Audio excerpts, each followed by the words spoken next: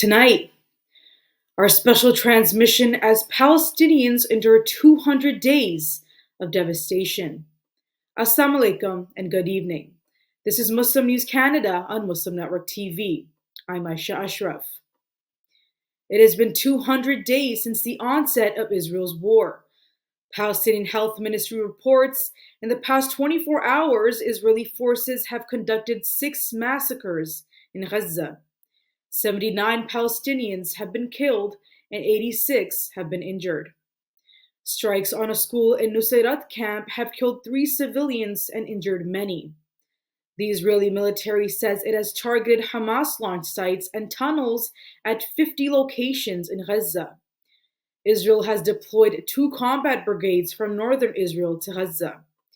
Critics speculate the move is meant to provide backup for the planned Rafah invasion.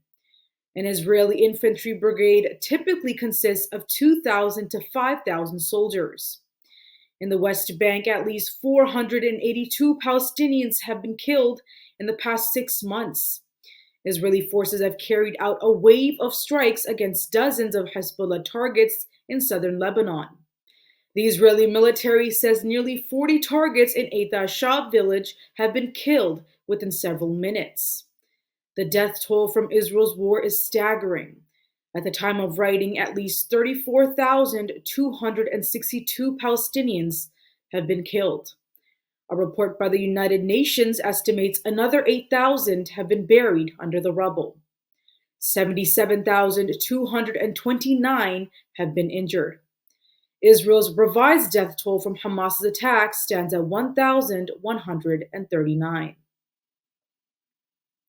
Gaza's civil defense reports at least 340 bodies have been discovered in a mass grave at Nasser Medical Complex in Khan Younis, Gaza.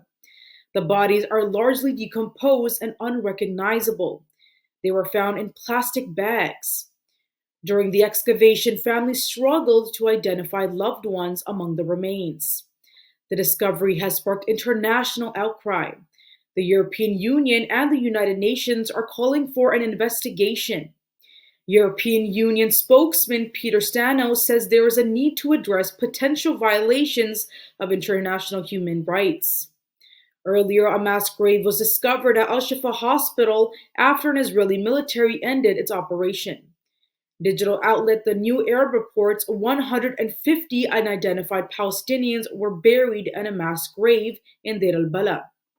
The grave was discovered in January. Last year in November, bodies of more than 100 Palestinians were discovered in a mass grave in Khan Younis. The Gaza Strip faces unprecedented devastation as Israel's war enters its 200th day. In the past 6 months, more than 34,000 civilians have been killed. Out of these, 14,000 are children. A single child in Gaza is wounded or killed every 10 minutes. Israel's offensive has displaced 85% of Gaza's population. 62% of homes have been destroyed. Israeli forces have targeted 26 hospitals. 485 members of medical staff have been killed. The United Nations says more than 200 aid workers have been killed during the war. Most of them are Palestinians. The enclave's infrastructure lies in ruins. At least 75,000 tons of explosives have been dropped on Gaza by Israeli forces. A United Nations report says the cost of damage to critical infrastructure in the first 4 months of Israel's war is estimated at $18.5 billion. About 1.1 million people are living in catastrophic conditions with dire food insecurity. The figure is half of Gaza's pre-war population. The UN cites clear violations of the Genocide Convention by Israel. There have been international calls for ceasefire resolutions in the UN, which have been predominantly vetoed by the US. Despite mounting criticism, the US has approved $26 billion in aid to Israel. The U.S. Senate has approved a bill requiring the sale of TikTok unless it divests from its Chinese parent company, ByteDance. President Biden is expected to sign it. The bill is a part of a $95 billion aid package for Ukraine and Israel. It has received bipartisan support in both chambers. There have been allegations against TikTok sharing data with Beijing. Supporters of the bill say the breach is a threat to national security. TikTok denies the allegations. TikTok says the move is a threat to the rights of 170 million Americans. Civil liberties groups also oppose the bill. Previously, the US-based digital outlet The Intercept reported that the US was pushing for the sale of TikTok to curb pro-Palestinian content. TikTok plans to challenge the bill. European Parliament members have criticized the European Union for its perceived complicity in Israel's actions violating international law. The left group members, including Manu Pineda and Claire Daly, condemn Israel's failure to follow the ruling of the International Court of Justice. They are accusing the European Union of silence and complicity. Pineda has described Israel as a tumor.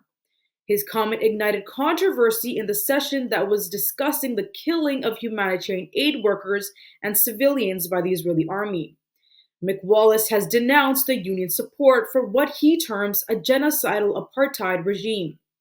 He has questioned the union's inconsistent reactions to various conflicts and its prioritization of geopolitical interests over human rights.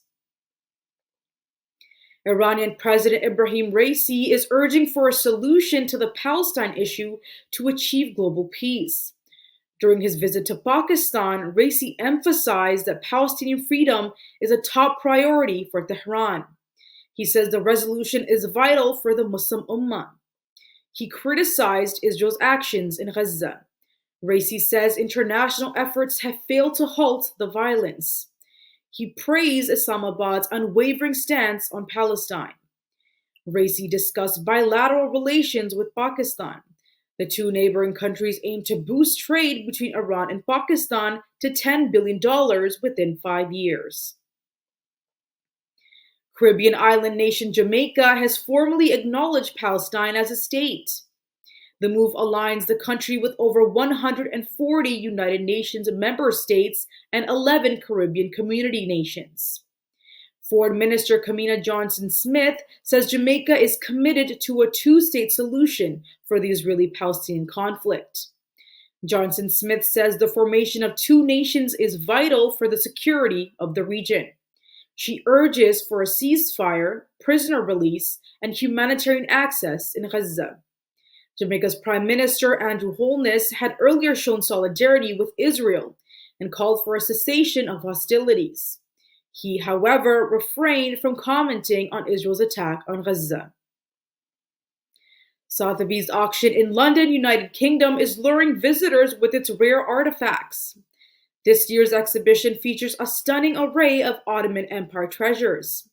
Head of Sotheby's Islamic Indian art department, Benedict Carter, says the oil paintings, ceramics, and textiles on display date from the 16th to the 19th century.